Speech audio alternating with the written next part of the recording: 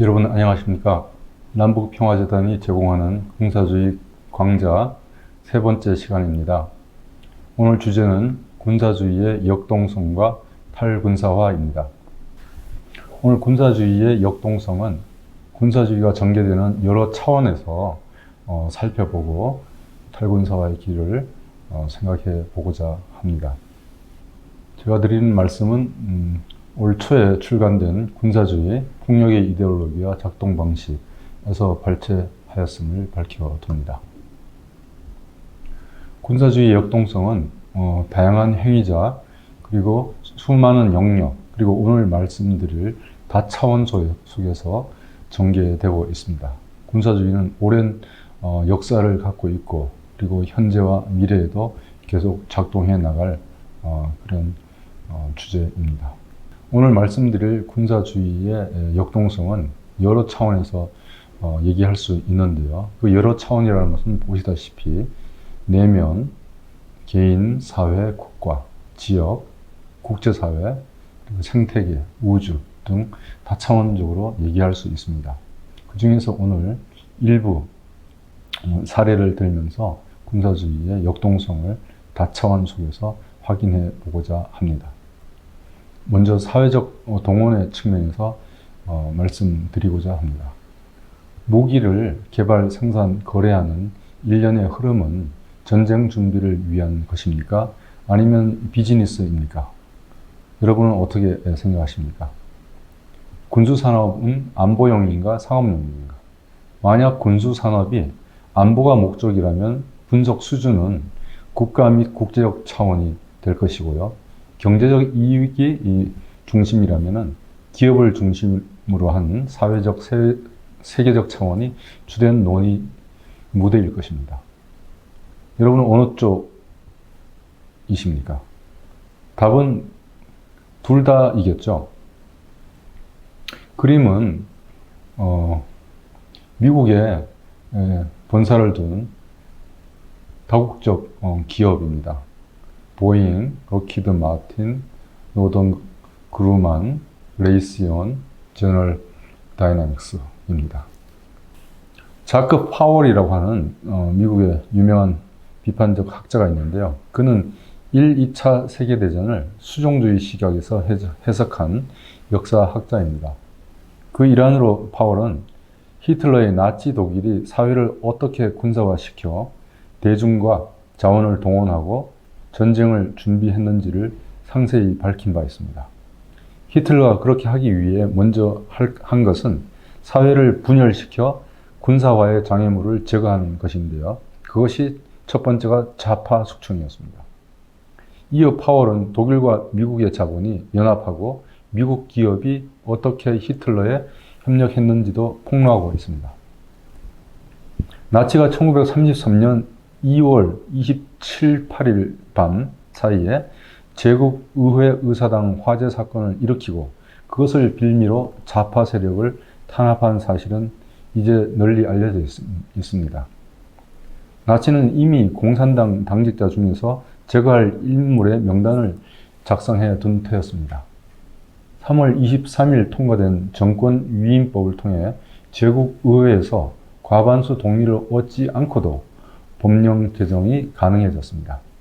이어 나치는 6월 22일 사회민주당의 정당 활동을 금지한 데 이어 7월 14일 국가사회주의 독일노동당, 나치죠. 나치당을 제외한 모든 정당의 활동을 불법화했습니다. 그런 위헌적 조치들은 독일 기득권층으로부터 지지를 받았습니다. 이것이 사회적 동원의 일부 실체입니다. 그리고 프로테스탄트와 카톨릭 교회도 히틀러를 축복했습니다. 이것도 사회적 동원의 한 부분입니다. 히틀러는 노동조합을 해산했습니다. 그리고 노동자들로부터 나치의 군사와 군비 경쟁에 대한 지지를 조작해냈습니다. 히틀러는 독일의 정치-사회 진영에서 좌파 세력만 제거한 것이 아닙니다. 자신의 당 내에서도 좌파 인사와 잠재적 반대 세력을 색출해서 없애었습니다. 히틀러는 재무장 프로그램에 필요한 재정을 부담하기 위해 다양한 수단을 활용했는데요. 그 첫째가 사회복지 비용을 과감하게 축소해 자금을 확보했습니다. 사회복지비 지출은 1933년 23억 마르크에서 계속 줄어들어서 37년에는 4억 마르크로 감소했습니다. 또 다른 방법은 유대인 재산을 강탈하고 국내외 금융기관으로부터의 자금 대출이었습니다. 그런 일에 독일 재계가 큰 역할을 했습니다. 결국 히틀러의 재무장 프로그램은 수익을 자유화하고 비용은 사회화시켜 버렸습니다. 이것이 산업평화입니다. 이 산업평화가 그가 말하는 세계평화, 세계전쟁을 위한 사회적 동원의 실체였습니다. 나치 집권기 독일 사회의 군사화는 소시기별로 그 수행 주체의 일부 차이가 있지만 전체적으로는 권력, 그다음에 대중, 기업이 연합해서 국가적 차원, 사회적 차원에서 군사화를 실현하였던 것입니다. 사실 히틀러 치하에서 독일이 전쟁 준비를 하는 데 있어서는 이 권력, 대중, 기업, 그리고 다국적 자본 등 다차원의 연합이 아니면 불가능했던 것이죠.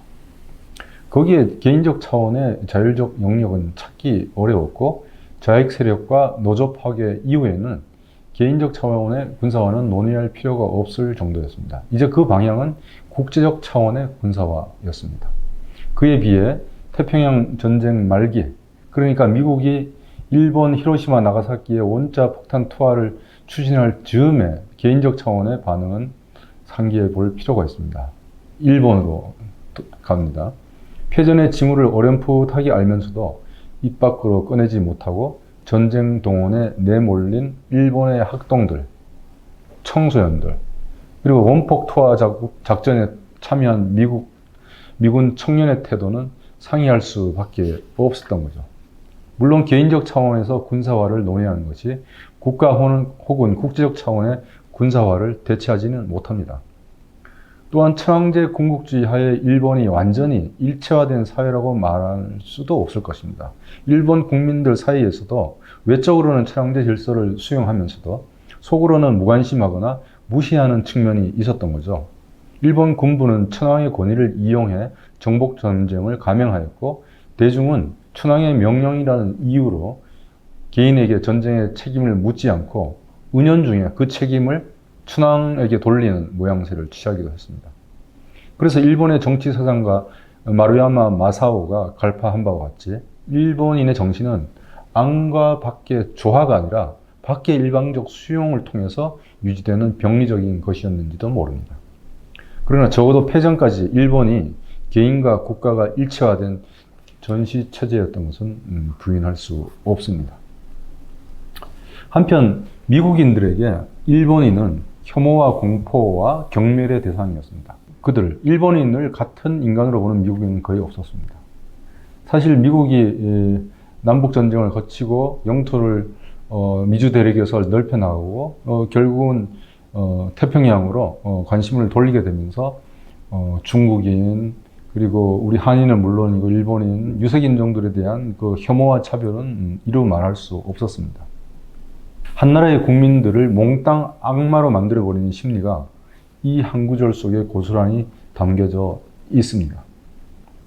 같은 인간으로 보는 미국인은 거의 없었다. 일본인 말이죠. 바퀴벌레로서 그들은 인류의 동정을 받을 가치가 없었다고 미국인들은 말했습니다. 동정은커녕 죽임을 당할 뿐이었습니다. 이게 에놀라 게이라고 하는 겁니다. 원자폭탄을 실어 날랐던 미국 비행기의 애칭입니다. 오른쪽은 원자폭탄 투하를 결정한 트루만 대통령이죠. 극히 일부 미국인들은 쪽발이들을 기다리고 있는 게 뭔지 알고 있었습니다. 원폭 에놀라 게이를 다루는 딕 파슨즈 대위도 그중 한 사람이었는데요. 원폭 투하 최후의 인터뷰에서 그는 별다른 감정을 느끼지 않았다고 말했습니다. 뉴멕시코주 엘람모고도 인근에서 탄생된 트리니티 핵실험에 관여한 과학자들 중에는 원폭을 투하할 때 초강력 사이렌을 울려서 지상의 적들이 하늘을 쳐다보게 만들자고 그래서 그들 모두 즉시 시력을 잃게 하자고 건의한 사람도 있었다고 합니다. 마치 일본인들이 시커멓게 타거나 터져버리는 것쯤으로는 성에 차지 않았다는 듯이 말이죠. 전쟁 직후에 조사차 히로시마를 방문한 미국 전략 폭격 조사단은 세부 피해를 조사하고 냉담하게 말했습니다. 충분히 예상한 바와 같이 원자폭탄에 대한 최초의 반응은 공포심, 그것도 통제되지 않은 공포심이었다고 말했습니다. 두말할 필요 없이 그것은 전쟁의 일부분에 지나지 않습니다. 트루먼은 원폭 투하 직후에 그건 걱정하고 말고 할 결정이 아니었다고 주장했습니다. 전쟁과 그 직후 서로 다른 입장이 놓인 개인적 차원에도 불구하고 상대를 적대시하고 심지어 인류 최대의 무기 사용도 적대감으로 정당화하는 데서 군사주의의 최대치를 보게 됩니다. 거기에는 일본인과 미국인의 차이, 군인과 민간인의 차이, 고위 인사와 낮은 위치에 있는 사람의 차이도 없었습니다. 군사화를 특정 차원, 가령 개인적 차원으로 떼어내 논의하는 것이 유용한지 의문이 드는 이유이죠. 이때 개인은 자유로운 조건에 있는 사적 개인이 아니죠. 위 사례들에서 보듯이 개인적 차원의 군사화란 결국 각 국가 혹은 사회의 일체화를 보여주는 기초 단위에 불과하다고 하겠습니다. 자, 그러면 지금 뭐 잠정적으로 결론을 내리기는 했습니다만은 이 개인이 한 사회의 한 구성원 한 사람 한 사람이 군사주의의 주체일까요? 아니면은 객체일까요? 여러분 왼쪽 그림은 무엇인지 아시죠? 최근에 영화계가 불황인 가운데 잠시 반짝했던 그 영화 오펜하이머입니다. 오른쪽은 오펜하이머와 함께 원폭 개발 투하에 실무적인 책임을 맡았던 그로부스라고 하는 장군입니다. 미국의 원폭 개발 및 투하는 제2차 세계대전의 조기 종교를 목표로 희생 최소화를 명분으로 추진되었습니다. 실제 히로시마의 인류 첫 원폭 투하를 진행한 관련자들은 군사주의에 적극 가담했다는 점에서 주체적 개인이라고 말할 수 있습니다. 물론 그들은 개인적 차원의 우연한 합으로 원폭 개발 및 투하에 관여한 것은 아닙니다. 미국 행정부의 주도하에 진행된 극비 작업에 관여했죠. 그들은 그 과정의 객체가 아니었고 단순 참가자도 아니었습니다. 아래에서 언급하는 인물들은 군사주의를 발전시키는데 혁혁한 공을 세운 사람들이라는 점에서 군사주의의 주체, 적어도 능동적 대행자로 평가하기에 어려움이 없습니다. 그 대표적인 인물이 바로 오펜하이머와 그로부스입니다. 오펜하이머는 사실 나중에 후회를 했죠. 원폭이 이렇게 많은 인명을 살상하는 데 쓰인다는 것으로 말이죠. 군사주의가 대상으로서 개인은 어떤지요? 군사주의에서 개인이 주체라고 하는 것은 극히 소수의 경우에 불과합니다. 조에울이라고 하는 학자는 군사주의의 주체로 보이는 군인과 군인 가족의 생활을 통해서 유무형의 소외와 차별을 드러내고 있습니다. 울은 비판적 군사 연구가 전쟁 만들기 메커니즘이 여러 사회 제도와 공존함을 이해하는 데 도움을 준다고 말합니다.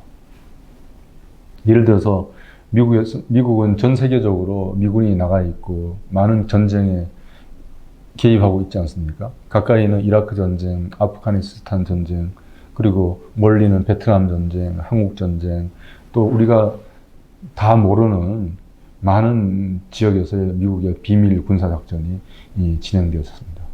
거기에서 사망한 군인, 또 다친 군인, 또 그 가족들을 위해서 미국 정부에서는 군인 원호 사업을 벌이고 있습니다. 최근에 와서는 바이든 대통령의 영부인 질 바이든 여사도 군인 엄마라고 하는 말을 쓰고, 그리고 미첼 오바마도 군인 가족이라고 하는 원호 사업 캠페인에 참여하고요. 그 다음에 엘리자베스 돌 여사도 재단을 만들어서 상위 군인을 돕는 원호 사업에 참여합니다. 그럼에도 불구하고 미국 군인들의 이 자살률, 특히 분쟁에 관여한 경험이 있는 군인들이 퇴역해서 자살하는 그 비율이 높다고 합니다. 앞서 말씀드린 울은 미국에서 민간인과 군인 자살 규모는 2012년부터 군인이 더 많아졌고 평시 자살 사망자 수가 전투 중 자살 사망자 수보다 더 많아졌다고 말합니다. 그렇기 때문에 이런 정치인들이나 정치인의 부인들이 군 원어 사업에 이렇게 캠페인에 참여한다고 하더라도 이 원어 사업의 군인 자살 문제는 적극적으로 다뤄지지 않고 있습니다. 이게 군인 가족 원어 사업의 젠더화라고 연구자들은 말합니다. 군 가족 보호 사업을 전개하면서도 군인 가족도 어려움에 직면한다는 거죠. 군인이 전쟁터에 나가면 그 가족도 전쟁에 뛰어든다 라는 말이 미국에서는 있다고 합니다. 울은 군인 가족의 부인은 자신을 부인이 아니라 남편의 보호자로 소개한다고 말합니다. 군인 원호 제도가 많은 프로그램과 보호 제도에도 불구하고 퇴역 군인의 필요를 모두 충족시키지 못하고 관료주의적 절차와 많은 기다림으로 그들에게 스트레스를 가중시킨다고 평가하고 있습니다. 군사주의의 1차적 대상은 전쟁으로부터 직접적인 희생을 당한 개인들이죠. 이때 개인은 군인과 민간인, 희생은 사망, 부상, 고문 등 신체적 상해, 사회적 배제, 정신적 억압을 망라합니다. 그리고 희생이 한 사건으로 종결되기보다는 당사자와 가족의 정신적 측면, 사회경제활동에서의 피해로 이어집니다. 우리 한국에서도 전쟁과 분단 이후에 군인 희생자 가족의 피해는 이루 말할 수 없고 그들에 대한 사회적인 관심과 제도적인 원호 사업은 부족하기 이를 데 없습니다. 그 고통은 군사 권위주의 통치기를 거치고 평화와 통일이 성취되지 못한 오늘날까지도 각종 원호 제도에도 불구하고 이어지고 있습니다. 한국 전쟁이 중단된 지 70년이 넘어가고 있지만 전쟁의 트라우마는 사라지지 않고 유족들의 가슴에 여전히 남아 있습니다. 이것은 한국이나 미국이나 어디나 다 마찬가지인 것 같습니다. 다음에 군사주의 사회입니다. 여러분 이 그림 혹시 기억하십니까?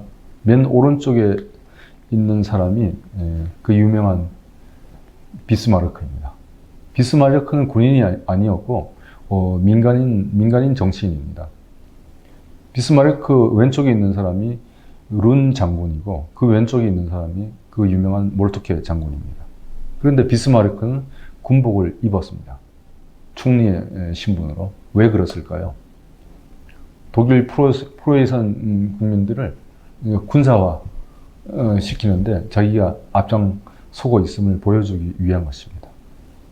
19세기 말 민간 부문에 군대의 조직 원리를 도입하는 군사화에 대한 선도적인 연구를 행한 사람이 바로 그 유명한 독일의 사회학자 막스 베버입니다. 규율과 기강이 잘 잡혀 있던 프로이센 군대는 당시 프랑스군이나 영국군에 비해 훨씬 잘 짜인 명령 체계를 자랑했습니다.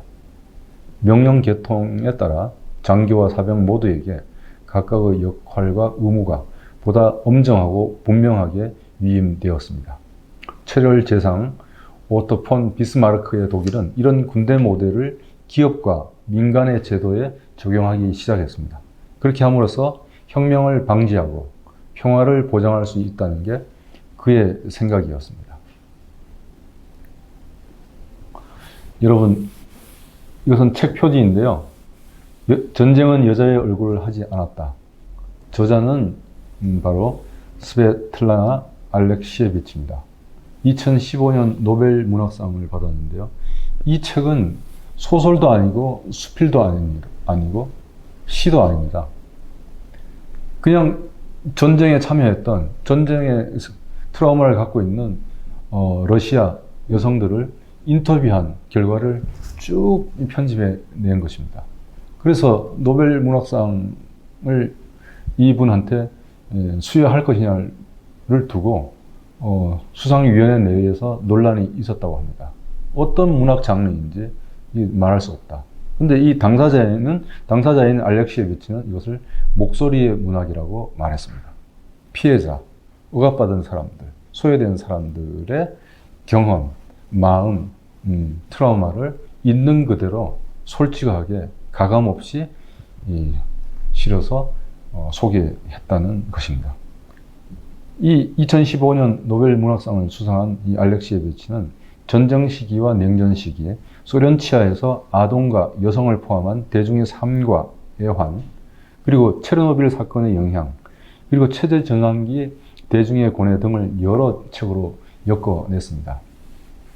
해당 시기에 대중이 어떻게 살았고 어떤 생각을 했는지를 대중의 목소리 그대로 담아냈던 것이죠.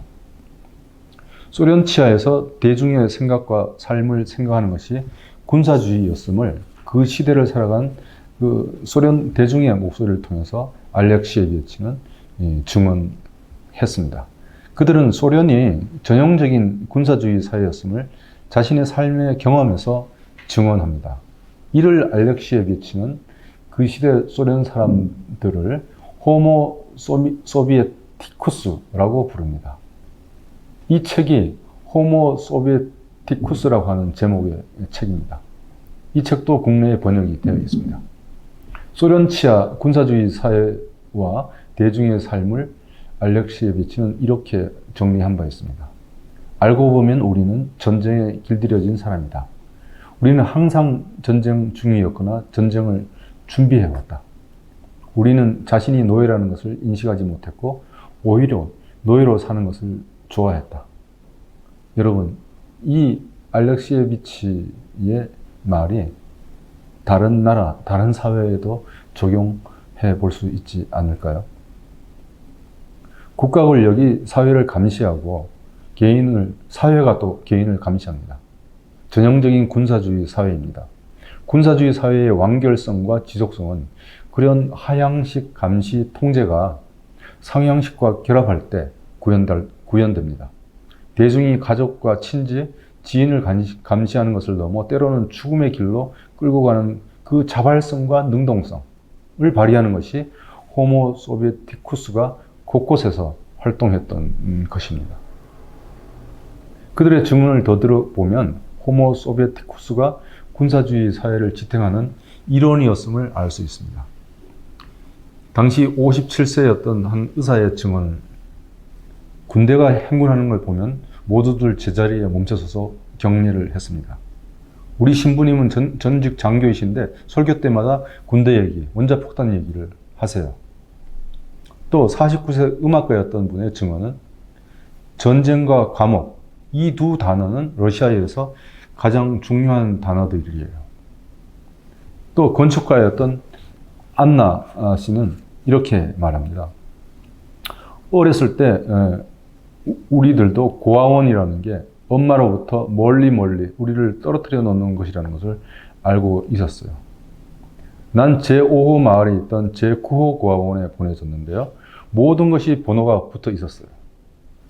우리는 보육교사가 없었어요. 그런 단어는 들어보지도 못했습니다. 대신 우리에게는 대장이 있었어요. 대장이요. 그들의 소리는 항상 기인자가 들려 있었습니다. 자, 그럼 지금 러시아는 어떨까요? 러시아는 체제 전환을 했죠. 소련에서. 자유민주주의 체제로. 자유롭고 민주주의가 꽃피운 나라로 전환하지 않았을까요? 그런데 적어도 국경 도시인 엘냐에서는 군사주의가 지금도 건재해 보입니다. 이게 엘냐라고 하는 도시에 있는 사람들의 모습입니다. 그 엘냐의 군사주의를 이해하려면 나치 독일의 소련 침공으로 가야 합니다. 엘냐는 소련이 독일의 침공을 최초로 격퇴시킨 전투가 일어난 곳입니다. 엘냐 전투는 스몰렌스크 전투의 일부분으로 1941년 8월 30일부터 9월 8일까지 지속되었습니다. 독일이 엘냐를 침공해 점령하였지만 소련군과 지역 주민들이 9월 8일 수복하였습니다. 그런 승전을 기념하는 행사가 지금도 계속되고 있는데요. 푸틴의 집권 이후 러시아의 민족주의가 고조되고 서방 국가들과 긴장이 조성되면서 군사주의 문화가 이 마을에 성행하게 되었던 것입니다. 엘냐에서 군사주의 문화가 어떻게 재생산되고 그것이 청소년들에게 미치는 영향을 다룬 다큐멘터리 영화가 있습니다. 제목이 타운 오브 글로리입니다. 승전탑 주위에 모인 남녀 청소년들이 미래의 희망으로 군인들을 선호한다고 말합니다. 불멸의 엘리야라고 적힌 현수막을 앞세우고 참전 가족들이 행진하고 승전 기념 행사가 있고, 이어 적대의식을 고취하는 공연에 청년들이 음악과 무용으로 참여합니다. 이 왼쪽에 있는 그림, 여학생이 바로 마샤입니다. 마샤. 마샤는 군복을 입은 여중생인데요. 이 군복을 입고 노래를 부릅니다. 노래 가사가 이렇습니다. 사람들은 말해 여자가 무슨 군대냐고. 하지만 남자들만 하는 일이 없다지. 진정한 여자는 군복을 입는다네. 여자가 없는 군대는 굶은 군인과도 같으니. 더는 여군을 모욕하지 말지어다. 우리는 참호를 파고 부상자를 보살피며 전투 효율을 높이나네. 마샤의 어머니 스베틀라나도 마샤가 군대 행사에 참가하도록 노래를 지도하고 딸이 군인이 되도록 적극 권유합니다. 이 마샤는 이제 엘리야에서 유명한 학생이 되었습니다. 그래서 그녀 자신이 다녔던 유치원 화교에 가서 군대를 미화하고 그 자리에서 군사주의 문화가 청소년에게서 어린이로 전승되는 것입니다. 그 유치원 벽에는 푸틴의 사진이 걸려 있고, 마샤는 이 행사에 군인 복장으로 참석해서 자신이 쓴 아동용 시집 근위병의 나라를 소개하며 소년들은 자라나서 군인이 되어 이 나라를 평화롭게 지켜줄 것이다 하고 말합니다. 이 말에 유치원생들과 그 부모들이 박수를 칩니다. 이 사진의 오른쪽은 이 엘리야 도시에서 승전 기념 행사에 군 무기를 전시하고 있는 자리에서 한 신부가 나와서 총을 들고 기념 사진을 찍는 것입니다. 여러분 상상할 수 있습니까? 근데 이런 경우가 군사주의 문화가 성행하는 나라에서, 그리고 국가 간의 전쟁이 진행되는 나라에서, 정치적으로 군사 문화를 계속 부추기는 사회에서 어렵지 않게 발견할 수 있습니다. 자, 그럼 여기서 우리가 안보와 이익이라고 하는 것이 과연 어떤 관계인지 생각해 볼 수 있습니다. 여기서 안보는 국가 안보, 여기서 이익은 국가 이익이라고 우리가 잠정적으로 가정하고 생각해 보죠. 군사주의에서 말이죠. 처음에 앞서서 질문을 드렸던가요? 군사주의가 국가 안보를 우선시하느냐, 아니면은 이 무기 생산과 관련된 정치 경제적 이익을 우선시하느냐는 것입니다. 자, 여기에 대해서 국가 안보를 우선시하는 시각이 있고, 그 다음에 정치 경제적 이익, 특히 군산 복합체의 경제적 이익을 중시하는 그룹이 있습니다. 장교 출신인 앤드류 바세비치는 미국에서 이름난 비판적 군사 연구자인데요. 그는 군사주의의 정량을 안보로 보는 학자 중에 대표적인 인물입니다. 그가 주목하는 대상은 미군입니다. 이 알렉시에비치인데요.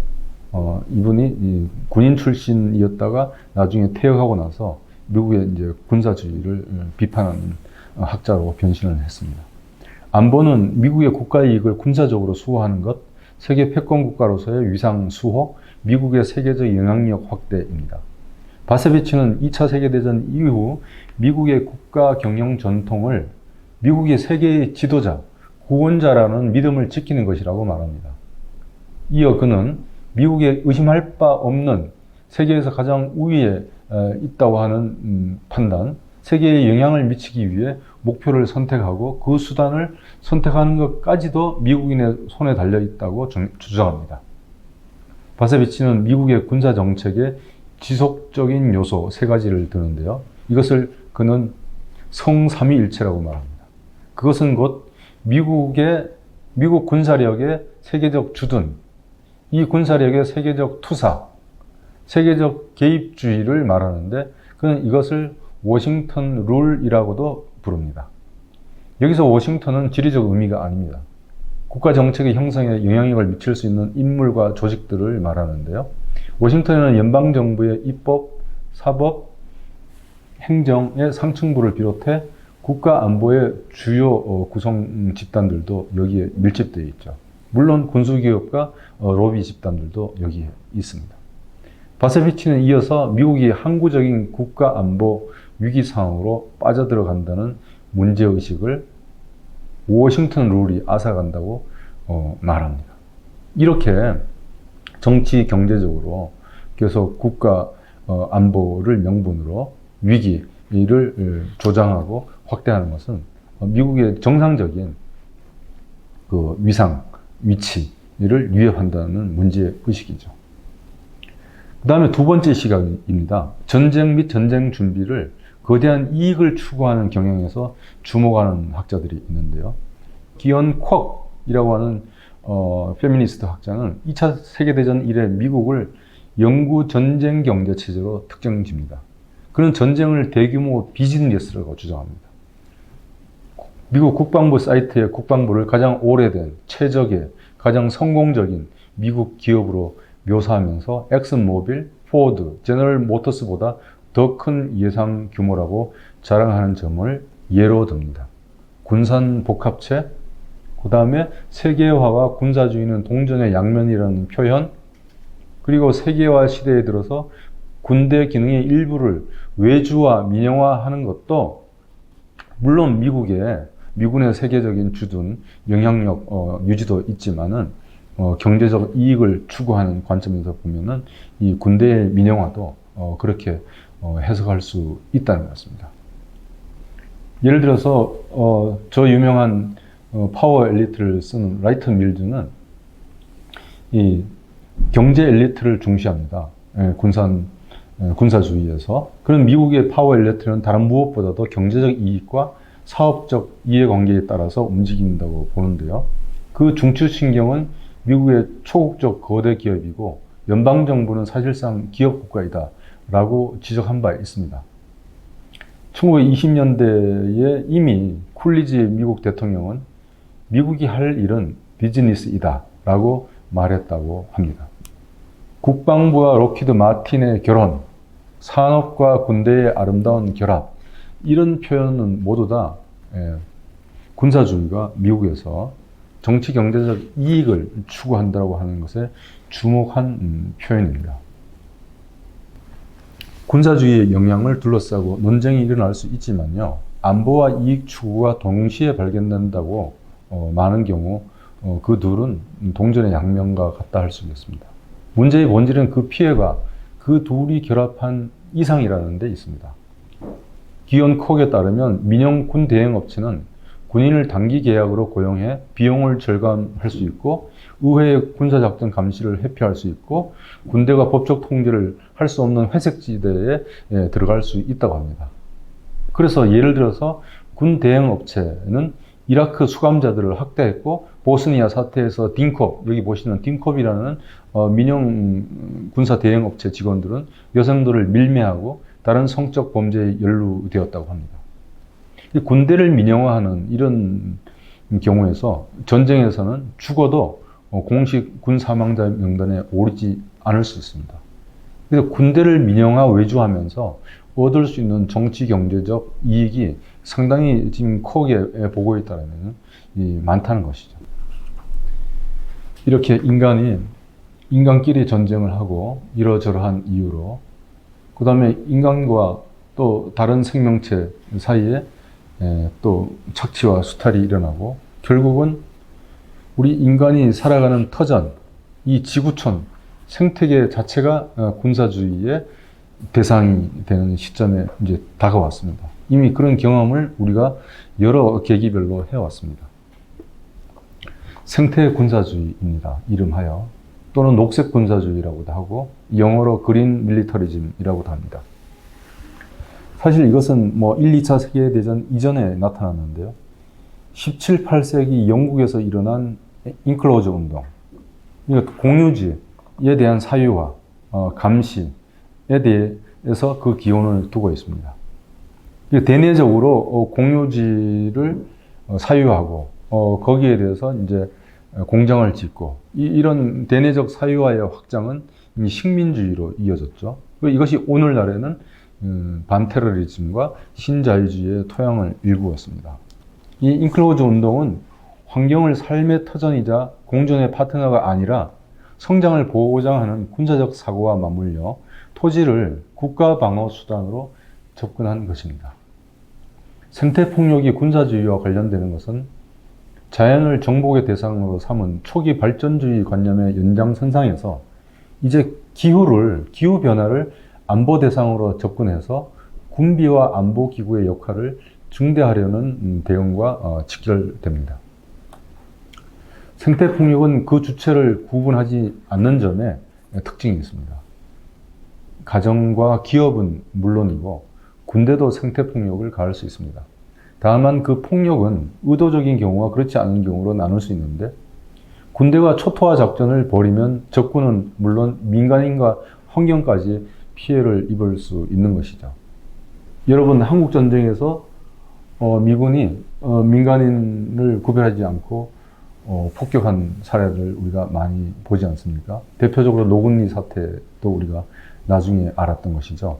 베트남 전쟁에서 베트콩을 공격한다는 이유로 밀림과 그 민간인들을 구별하지 않았고 거기에 한국군도 관여한 전례가 있습니다. 이런 경우에도 민간인과 환경 피해는 예상할 수 있다는 점에서 예방하거나 최소화하려는 노력이 있어야 하겠습니다. 또 이와 달리 환경 파괴를 군사작전의 일환으로 이용하는 경우도 있는데요. 이는 명백히 고의로 환경을 파괴하는 행위입니다. 결국 피해를 구분하지 않고 인간의 삶에 막대한 부정적인 영향을 미치는 것입니다. 댐과 발전시설을 겨냥한 융단 폭격이 그 예인데 이는 군대의 보급과 이동을 차단하는 목적도 있지만 생산 기반을 대규모로 파괴해 민간인의 생명을 위협하는 의도를 갖고 있습니다. 과거 후세인 정권이 이라크 남부 습지대를 볼모로 만들어서 현지 소수민족의 삶을 황폐하게 만든 것도 멀지 않은 사례입니다. 이 사진에서 보듯이 현재 러우 전쟁에서 자포리아 핵발전소의 안전이 위협받고 있는 것도 마찬가지입니다. 이 현재 지금 러시아군이 장악해서 이제 지금 관리하고 있는데요. 우크라이나 군이 또 군사 작전의 일환으로 이 주변을 공격을 하고 있습니다. 근데 만약 이 핵발전소가 터지면은 체르노빌 핵발전소보다도 더 큰 피해가 우려되어서 유럽 연합은 물론이고 국제 원자력 기구는 물론이고 전 세계 많은 사람들이 지금 두려운 시선으로 지켜보고 있습니다.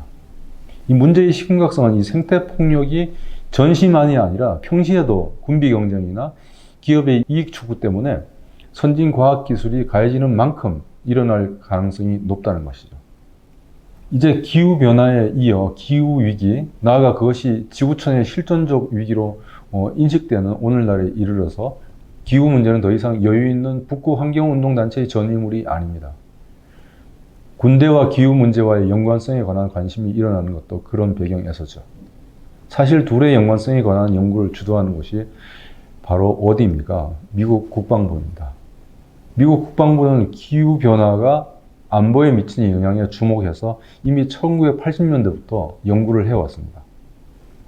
아미타브 고시와 같은 작가는 기후위기와 군사주의의 밀접한 관계를 고찰한 드문 연구자인데요. 그는 미국이 괌과 디에고 가르시아로부터 중동 곳곳에 촘촘히 들어선 군사기지의 의미를 살펴보았습니다.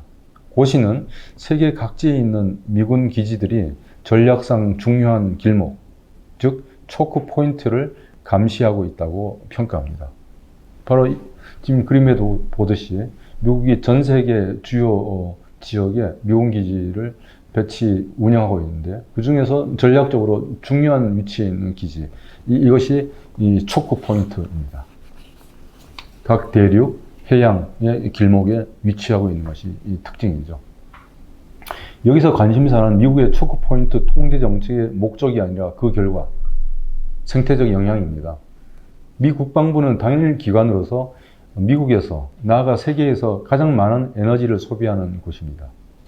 미 군부는 막대한 규모의 차량, 군함, 항공기를 보유하고 있고 그중 차량과 일부 무기 체계는 평시에도 훈련과 유지를 위해서 그리고 900개에 이르는 미국 내 군사시설을 전 세계에 있는 약 1000여 개의 군사기지와 연결하고 있습니다. 그러니까 엄청나게 막대한 에너지가 필요한 거죠. 이게 탄소 배출을 하는 것이죠. 근데 이제 탄소 배출은 미국 국내나 국제기구로부터 감시의 사각지대가 되고 있는 것입니다. 지금 이 그림 보시면은 미국에 본사를 둔 다국적 기업이 171개 국가들보다 더 많은 오염물질을 배출하고 있다는 그래프입니다. 어마어마하죠. 근데 이게 감시를 받지 않고 있습니다. 통제를 받지 않고 있습니다.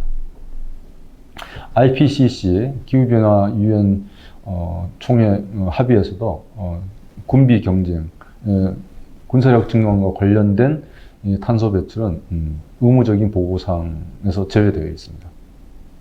그리고 전 세계의 이제 군비 경쟁에서 발생하는 탄소 배출은 국가로 치면은 전 세계 4위의 탄소 배출 영역이 되겠습니다.